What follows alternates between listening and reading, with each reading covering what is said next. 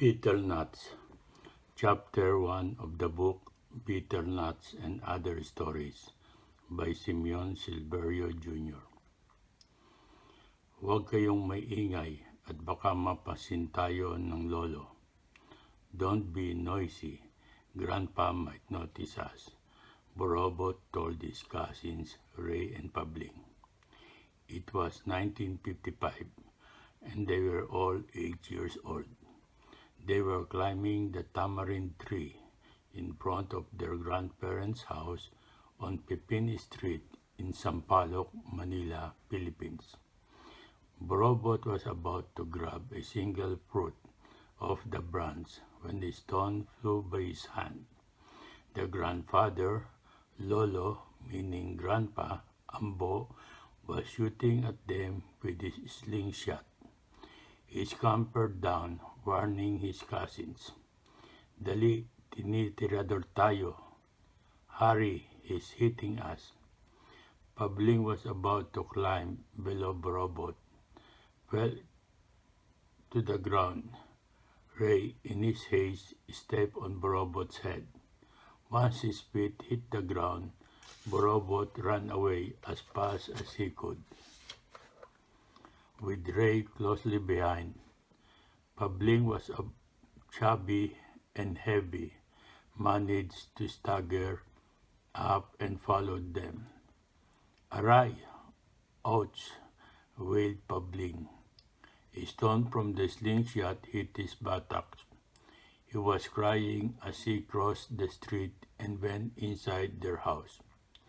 The grandfather had warned all of his grandchildren not to climb the tamarind tree, but the kids were like Adam and Eve, disobeying God's order and desiring the forbidden fruit. To boys like them, the transgression was simply an unavoidable adventure. Pabling was still rubbing his buttocks as the three ate the tamarind from their pockets. They were not at all sweet. Some were malacebo or halfway ripe. Lolo Ambo was a grumpy old man. He was born and raised in Malolos, Bulacan, while his wife, Lola, meaning Grandma, Abe, was from the nearby Plaridel town.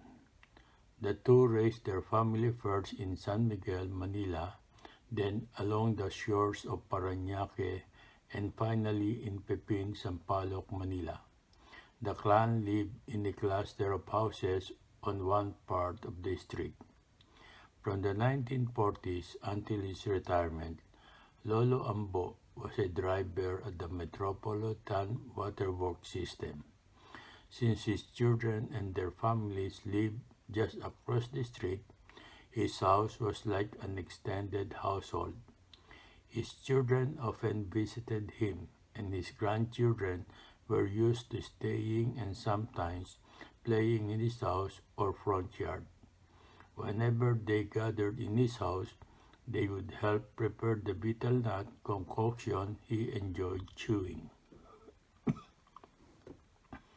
First, they would remove the husk. Then they would cut the meat into pieces with special scissors and place it in a stone mortar with some lime paste. Afterwards, they pounded the concoction into pieces using a stone pestle. The grandfather would chew it, and when he spit it out, his entire mouth was covered with red dye. All folks often used the mix as a mild stimulant, similar to drinking coffee. In the jungles of New Guinea, National Geographic TV reported that sometimes it even had the same effect of drugs in making people high. Pabling, Lolo Ambo's grandchild, who was named after him, was still bitter due to the tamarind tree incident by his grandfather's house. Mischievously, he volunteered to prepare the bitter nut concoction.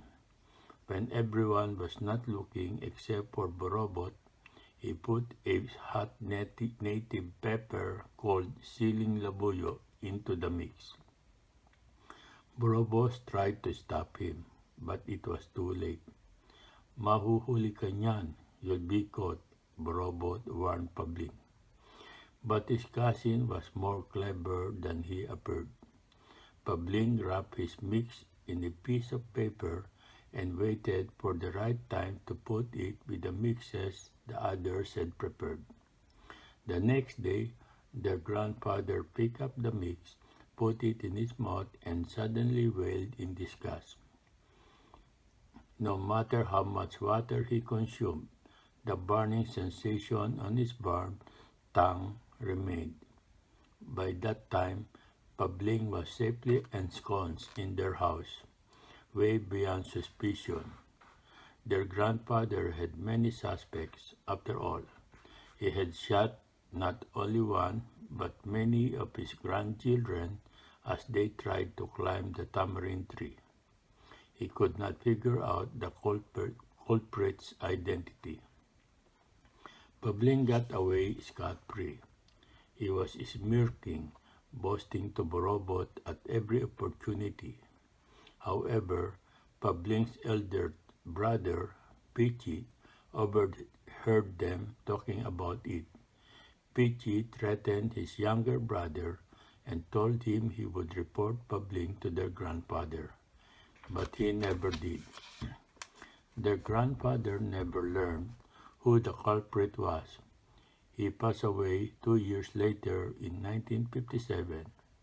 In 1981, Pichi, at the age of 32, was shot and murdered by unknown assailant. His murder remained unsolved. 5 years later, at the age of 35, Pabling succumbed to a long illness.